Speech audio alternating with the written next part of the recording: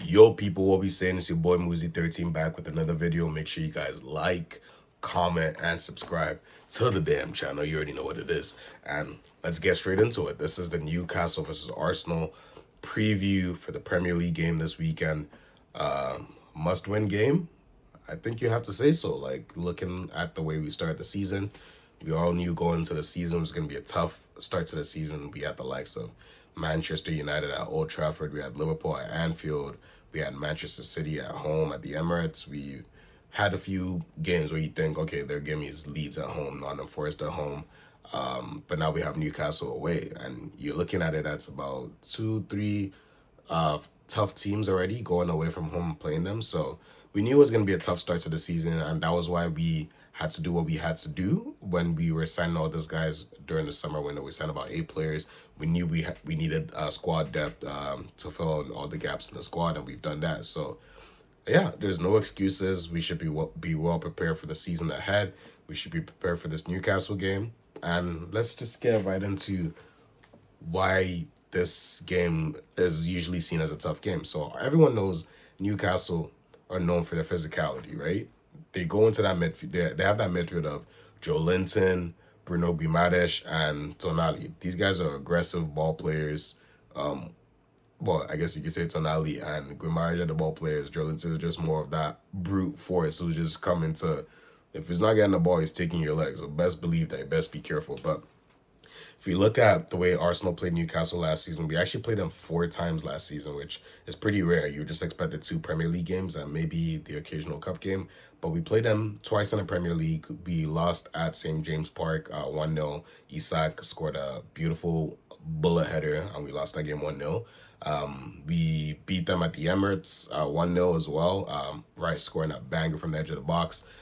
We lost to them twice in the Carabao Cup semifinals. We lost 2-0 both home and away. So overall, we lost 4-0 on aggregate. Very terrible performance in the semifinals. And it just seems like for the past few years, Newcastle have had our number. They know how to approach us. They know how to play against us. And they approach us with the right physicality. And especially at St. James Park, they know there's some stuff they're going to get. There's some challenges they're going to get away with. And they always, put it on us. And that's up to us to figure out what to do, like how to approach this. And I remember actually going back a few years when we played Newcastle in the first title challenge season under Arteta, so the 22-23 season. We had St. James Park late into the season, and I believe it was when Arsenal had kind of like threw away the title, and we won that game 2-0. And what interested me about that game in particular was that we approached that game differently. Jorginho started in that midfield. You're thinking, oh, he's not the most physical. So Jorginho started, Partey was dropped, and we played one of the best games. Like, we were very controlled, very tempo dictated properly. Jorginho was pulling strings. And that, to me, just showed how you approach Newcastle. And I want us to take that approach when we play them on Sunday. You don't have to go to them with that physicality, like, oh, like brute force. We have the physicality already. Our defense is one of the most physical defenses in the league. We have a very solid defense. We have a very solid midfield. Now, we need to platform our attackers better. And that's the way we approach that. The way we approach the game. If we approach it like that, I think we're gonna win this game. So we have to approach this game. We have to be more direct, more attacking. We can't just sit there and just hope we'll grow into the game. Because one thing about Newcastle, they're not gonna leave no stone unturned. They're gonna come for you.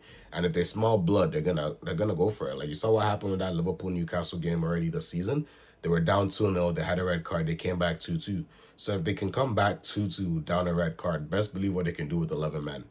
Anthony Gordon is also back from suspension. How typical, he's back playing against Arsenal, but that doesn't matter. We have our own weapons of our own. In terms of how we approach this, I want to see this lineup. So I drafted my own lineup, and I was like, this is what I want to see.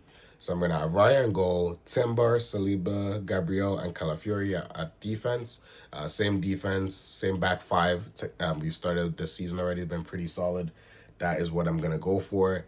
In midfield, I'm going to have Rice and Zubimendi pivot as well. I feel like that's been solid. They still have to build that chemistry, but that would be my pairing. Now, here's where it gets interesting. I'm not having that Marino third man in the midfield. People will say, oh, if there's one game to play it, you play it against Newcastle. Okay, and now you go physicality, physicality. What happens when they outmatch your physicality? Is Marino the one playing the line splitting pass for the attackers? Is he the one who's gonna play the precise through ball for Gyökeres? Play the ball, switch into the wings for the likes of Saka, Martinelli, Eze. He's not the one. So I'm gonna put Eze in that 10 actually. Odegaard is still injured. Apparently, actually in a press conference today, Arteta said he might be available. Like he's gonna train today and tomorrow, so we'll see. But he's coming off a shoulder injury. I might play him against Newcastle, knowing how Newcastle are gonna approach him. And Odegaard, yeah, he's very intense in terms of pressing and everything, but physicality, he's not the strongest or, most aggressive. I just feel like Newcastle are the type of team to even target him and more, knowing they has that shoulder injury, like shoulder barge or whatever. That could really cause issues moving down the season. So I wouldn't want to risk it. I'm gonna go with Eze in the 10, who's more than capable of holding his own. He's very physical in his own sense, and the flair as well. Like sometimes you just gotta beat physicality with flair, and Eze brings that. So I'm gonna have Eze in the 10. My attack, I'm gonna have Saka on the right. Now he's back. Madueke is injured out for 2 months. Saka is back. He's played 45 minutes against Man City in the second half, 60 minutes against Port Vale in the EFL in the Carabao Cup. He's good to start now. Maybe 70, 75 minutes, depending on how the game is going, you bring him off, but he has to start for sure. So I'm going to have Saka on the right. I'm going to have Martinelli on the left, who's been in really good form so far to start the season. He's been coming off the bench more, but Athletic Bilbao came off the bench, scored a goal, got an assist.